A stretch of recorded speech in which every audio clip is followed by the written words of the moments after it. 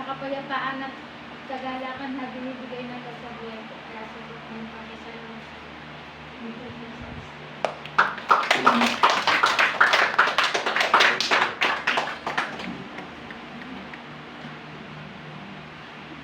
Nakakait ako sa akin.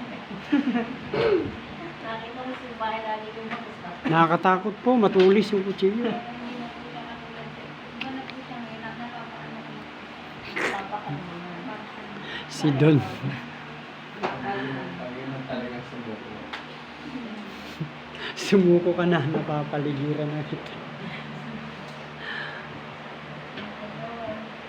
So, kayo po ay pinugbala sa ating pong mga narinig po na pasasalamat. Ay tayo naman po ay patuloy na pagpapalain po ng Diyos mula sa kanyang mga salita na dadalhin po ng kanyang pong lingkod na si Pastor Rami sa Diyos. Palakpakan po natin ang Diyos sa kanyang panggilan. Amen.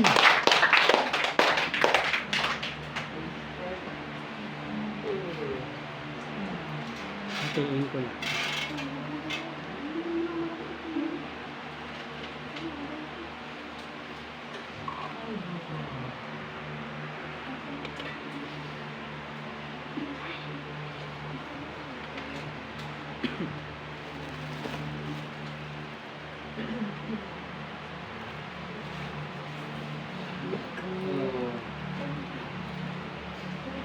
So talaga nasa hulingan na tayo, nasa huling tanong. Bakit? Kasi local time na talagang gumagawa sa Satan. Kasi bakit? Kasi kahit mga kasama natin sa bahay, hindi magagamit sa Satan. Kaya lalo tayo magpakalakas sa Panginoon. So wala tayong lakas para gawin ang lahat ng ito kundi dahil sa Panginoon. Yung lakas at kapangyarihan natin ang gagamit sa Panginoon. So, saan nagbumula yung ating kapangyarihan? Sa salita ng Diyos. At sabi doon sa John chapter 1 verse 1, in the beginning was the Word, and the Word was with God. Simula pa naroon ng salita, kasama ng Diyos ang salita at ang salita ay Diyos. So, ang salita ay nasa atin. At ang salita na yun, magbibigay sa atin ang kapangyarihan. Okay. So, wala tayong salita, wala tayong kapangyarihan. No word, no power. No prayer, no power. So, kaya hindi tayo pwedeng manatiling nakatayo, wala tayong word of God, prayer. So, nakikita natin ito, kaya nga unti-unti sa pamagitan natin pag-aaral, nakikita na natin ngayong kalagayan. Tama yun, that is true na tayo na sa battleground. Yung battleground natin ay nando sa, hindi ba yung battleground? Nasa pamilya. Hindi lang pamilya, hindi nando sa paligid. Kaya nga, maging aware tayo sa lahat ng nangyayari. Tingnan natin yung sa manggagaling yung power natin. Ephesians chapter 6 verse 10.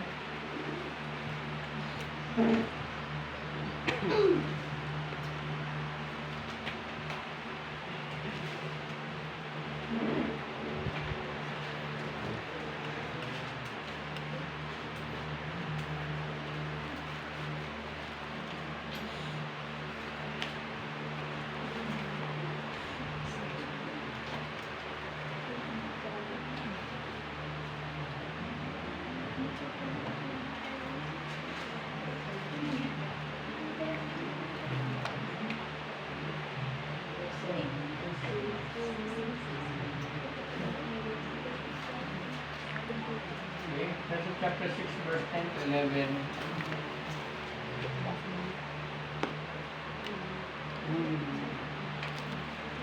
Hindi ka din. ID.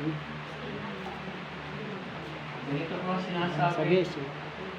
Bilang pagwawakas, magpakatibay kayo sa kalakasan galing sa Diyos. Sa magagaling lakas natin, Sabi.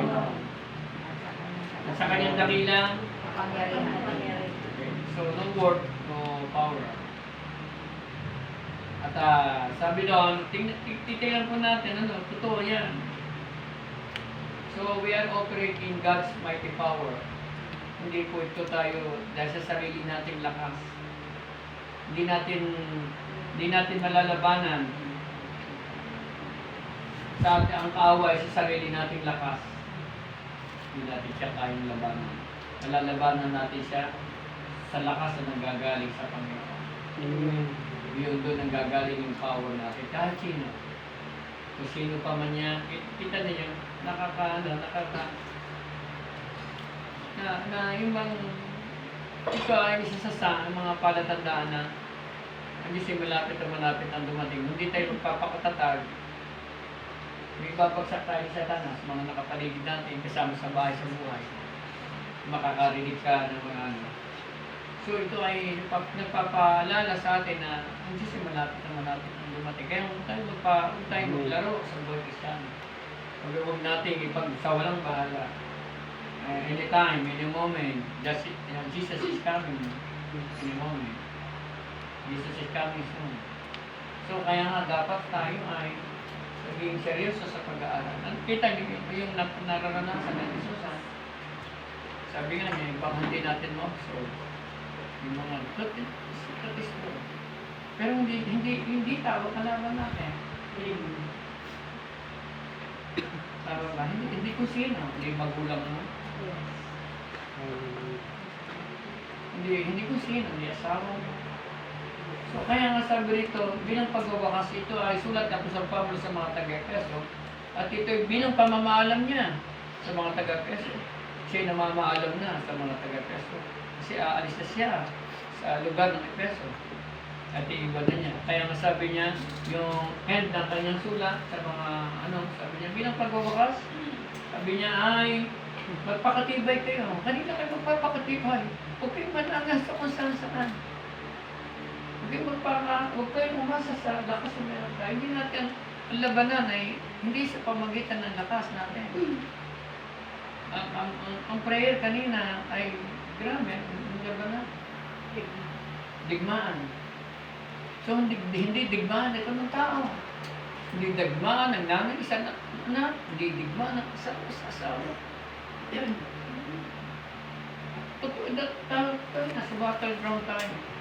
So, ang inaano sa atin dito, yung ating kalalagay, spiritual. Kaya nga sabi doon, magpaka-tibay tayo sa kalakasan galing sa Diyos. Ang lakas natin manggagaling sa Diyos. Hindi sa mamagitan ng lakas natin, na wala tayong kakayanan.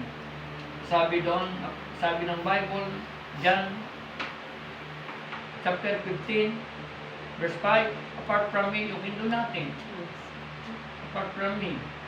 Sabi ni Jesus Christ. Jesus mismo, sabi, apart from me, you can do. Kung hiwalay ka sa akin, kung wala kang kaugnayan, kung wala kang lakas galing sa Diyos, hindi mo kayang tumayo. Hindi mo kayang labanan. At wala kang lakas na tumayo sa sarili mong paa. Kundi ang lakas natin ay magagaling sa Panginoon Jesus. Kaya tayo, ito ay dapat maging aware tayo sa nakapaligid sa atin. Sa nangyayari sa atin.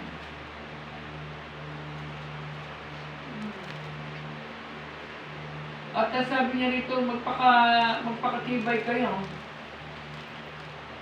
sa kalakasan galing sa Panginoon at sa kanyang dakilang kapangyarihan. Ang kita niyo ang kapangyarihan. Ito ay sa pamagitan ng salita ng Diyos. At tingnan po natin sa 11,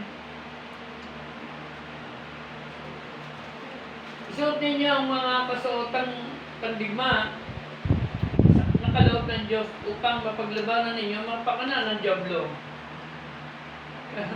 Ano ipapalaban natin? Wala tayo. Ang Diyos ay nagbigay, ready na niya yung armor of God. Ibigay na niya tayo. Pero kung hindi natin alam ito, lagi tayo mapapaglalangan. So, nandito tingnan natin, kailangan maging bukas ang ating spiritual understanding sa lahat na nagaganap sa atin. Mga nakapaligid sa atin. Pamilya, asawa, mga magulang. So, kita nyo, may ginagawa ang Lord. Totoo, sinasabayan tayo ng Lord. May magandang nangyayari. Meron din hindi. Pero hindi ko tinitingnan magandang mangyayari. Hindi ko tinitingnan pangit na nangyayari at titingnan natin yung magandang nangyayari. Dahil ang Diyos gagawa sa atin. Hindi maraming. At ang sabi niya rito, kailangan meron tayong armor of God. Isuot natin. Mamaya natin pag-aaralan yun. Verse 12. Makita natin yung struggle natin, our struggle. Sapagkat hindi tayo nagkikalaban sa mga tao, kundi sa mga pinuno, sa mga may kapangyarihan, sa mga tagapamahala ng kadiliman na umiiral sa lupa, Ito yung ating struggle. sa mga hukbong espiritual ng kasamaan sa ipapag. Okay. Tama ho ba? Ito yung ating struggle. Amen. Yung at sabi rito ay sapagkat hindi tayo nakikipaglaban sa mga tao. Hindi tao ang iyong kalaban. At kundi sa mga pinuno, sa mga may kapangyarihan, mga pinuno po na nasa himpapawid. Ito yung mga kaya nga yung ang tawag doon, yung 1/3 ng mga demonyo na binaba dito yung nasa himpapawid. Yung 1/3. At tingnan niyo po ha, sabi rito, sapagkat di tayo nakipaglaban sa mga tao, kundi sa mga pinuno, sa mga may kapangyarihan, sa mga tagapamahala na kadiliman umiiral sa sanlibutan ito, sa mga hukbong espiritual ng kasamaan sa himpapawid. Tingnan niyo yung nasa himpapawid. Yan, nagbabantay. Kita niyo, na sila nasa himpapawid, binabantayan niya tayo. Kung tayo may bantay, kung may bantay tayo na guardian angel, meron tayong binabantayan din tayo ng demonyo. Sila nasa himpapawid, andyan, nagbabantay sila, nakamasid sila sa atin. Binabantayan din tayo. So kaya nga, sabi rito, yung struggle natin, bakit natin? Struggle natin, hindi tao. Kala natin, kalaban natin asawa. Kala natin, kalaban natin nanay. Kalaban ni anak. Kalaban ni kapatid. Di ba? Yan yung struggle natin. So, hindi tao, kaya ang malinaw ang pagkakasabi rito ay magpakatatag tayo, magpakalakas tayo sa dakilang kapangyarihan. Hindi natin ma-overcome ito kung hindi tayo magpapalakas sa salita. Tanong, kamusta ang pagbabasa ng Bible? Tanong, kailan ang pagbabasa ng Bible at tanong na lang ito. Lahat ng pinapasok, ng Diyos, walang lakas ng magawa natin. Tama ba? Wala ang lakas. Ang lakas natin manggagaling lagi sa iyong daily devotion sa Lord. Hindi manggagaling. Kaya ang sabi doon, magpakatatag. Kaya paano ka magiging matatag? Ay mas malimit ka pa mas marami kang oras sa mga gawain pangsanlibutan. Kung pagtuunan natin ang pansin ay mga gawain, kung kaya yung iwanan ninyo mga gawain sa libutan, magpakalakas ka. Dahil kasi, hindi natin kayang dalhin ng mga bagay na narito sa sanlibutan, na labis na pinagpapahalaga ng tao. Iiwanan natin.